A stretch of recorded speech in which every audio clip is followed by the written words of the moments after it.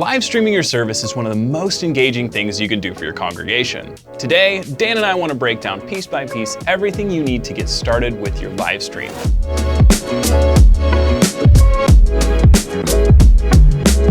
This is just a starter guide. We're going to save a lot of the content for future, more advanced videos on live streaming. So be sure to like this video, subscribe to the channel, and click that notification bell so you don't miss out on any of those videos in the future. Dan and I both have a pretty solid background in both software and hardware.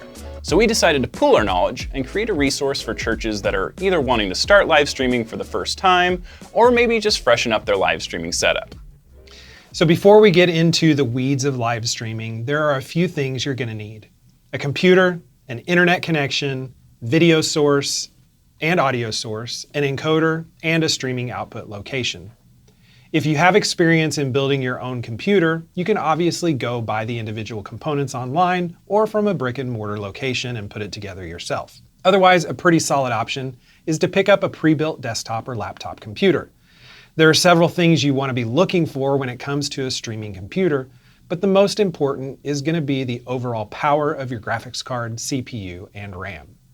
There are almost always deals online for both desktops and laptops, but Amazon and Newegg are probably the best two to keep an eye on.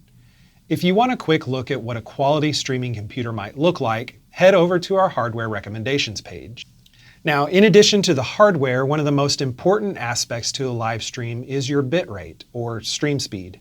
Not to get too technical here, but your bitrate is the amount of information that your stream can send to the internet, which affects the overall quality of your stream.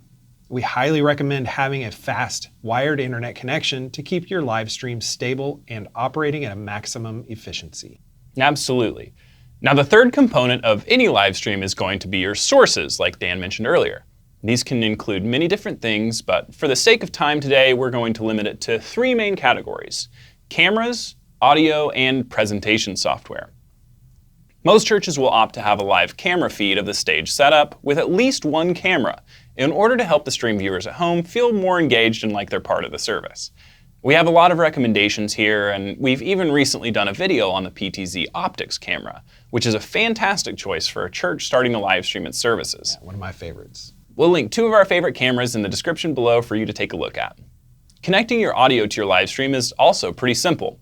For most churches, that looks like just using a converter in between your mixer to your computer, or if your mixer supports it, just running your audio directly into your streaming computer or into a hardware encoder itself, which Dan will touch on in a minute. Last but not least, in the sources section will be your presentation software, like EasyWorship.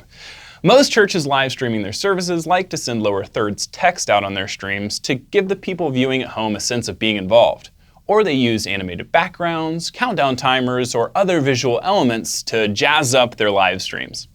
There are a few options for churches when it comes to presentation software, but EasyWorship has always and will always be a cost-effective, powerful solution to your church's live streaming needs. Now, after that, we need to talk about encoders.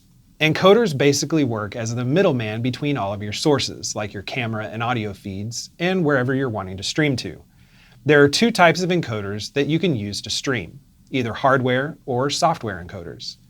Software encoders are nice because they're typically free and they allow for more flexibility.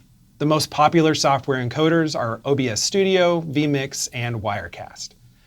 The biggest downside to using a software encoder is that it'll be utilizing a lot of your computing power to be able to stream. On the other hand, you have hardware encoders. A hardware encoder is basically a tiny external computer that accepts the input from your camera and audio feeds and then allows you to stream to one or multiple locations.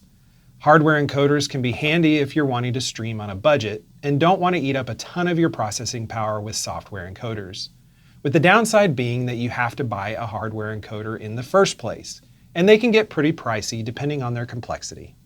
Our favorite hardware encoders that we've tested and reviewed are the Boxcaster and the ATEM Mini Pro, which we'll also link down in the description below. Yes, we will, Dan.